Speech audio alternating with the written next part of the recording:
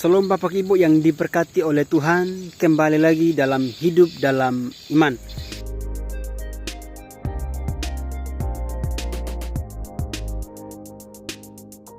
Pada hari ini kita akan belajar dari satu teks firman Tuhan yang akan saya bacakan bagi kita.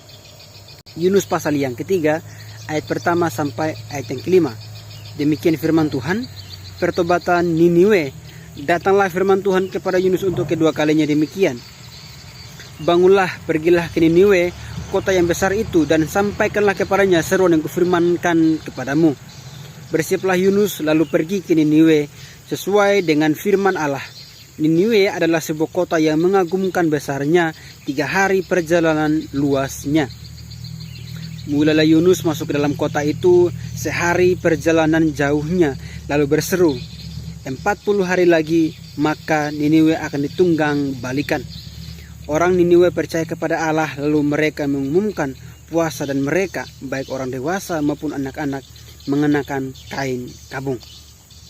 Bapak Ibu yang diberkati oleh Tuhan, perenungan kita pada hari ini saya beri tema, Allah memberkati orang jahat. Dan teks yang kita baca ini merupakan bagian di mana Yunus berkhotbah kepada orang-orang Niniwe. Dan ketika orang-orang Niniwe mendengarkan apa yang disampaikan oleh Yunus atau apa yang dikhotbahkan oleh Yunus, mereka boleh percaya dan bertobat kepada Tuhan. Dan ada satu peristiwa yang terjadi di pasal sebelumnya, di mana Yunus pertama mendapatkan panggilan daripada Tuhan untuk pergi ke Niniwe untuk menyuarakan suara Tuhan, yaitu seruan pertobatan. Tapi Yunus tidak mau dan mau pergi atau berlari dari panggilan Tuhan, tidak mau pergi ke Niniwe. Alasan Yunus tidak mau pergi ke Niniwe karena ia sangat marah kepada orang-orang Niniwe yang pernah menjajah bangsa Yehuda, yaitu bangsanya Yunus. Jadi Yunus mengalami satu keadaan di mana dia merasa diperlakukan dengan tidak adil di dalam bangsanya oleh orang-orang Niniwe ini, yaitu bangsa Asyur. Dan ini merupakan satu alasan yang sebenarnya Yunus tidak mau terima, dan Yunus menginginkan agar bangsa Asyur ini atau orang-orang Niniwe ini pantas dihukum Tuhan, pantas mendapatkan murka Tuhan. Tapi Allah berkehendak lain. Yang Allah kehendaki ialah pertobatan orang-orang Niniwe atau bangsa Asyur. Sehingga kita bisa tahu bersama bahwa ketika Yunus melarikan diri pergi ke Tarsis dan tidak mau pergi ke Niniwe, Allah menggunakan ikan besar. Pada konteks zaman itu, orang-orang Niniwe mempercayai satu dewa, yaitu dewa ikan, yang disebut sebagai dewa Ninang. Inilah cara kerja Tuhan, bagaimana Allah berkontekstualisasi, bagaimana Allah meminjam kepercayaan orang-orang Niniwe untuk bagaimana meyakinkan mereka bahwa apa yang disampaikan oleh Yunus itu betul-betul dari Tuhan.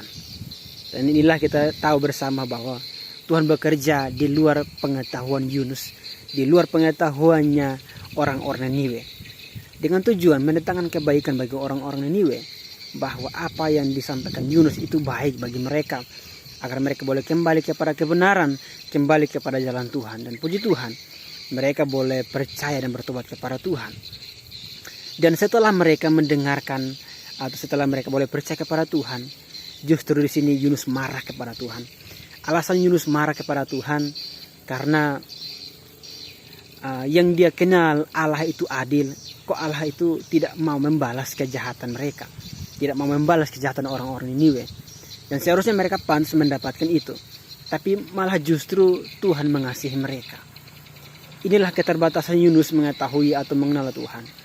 Allah itu adil, Allah juga itu kasih. Dan inilah keterbatasan Yunus di dalam mengetahui tentang Allah sendiri. Dan kita boleh belajar bahwa apa yang kita inginkan seringkali tidak akan sesuai berjalan dengan apa yang kita inginkan. Tapi bagaimana Tuhan bekerja dengan kehendaknya dalam kehidupan kita, bagi keluarga kita, bagi sesama kita, untuk mendatangkan kebaikan bagi kita semua. Dan Bapak Ibu, kita boleh melihat apa yang terjadi atau pada akhirnya apa yang dialami oleh orang-orang Niniwe.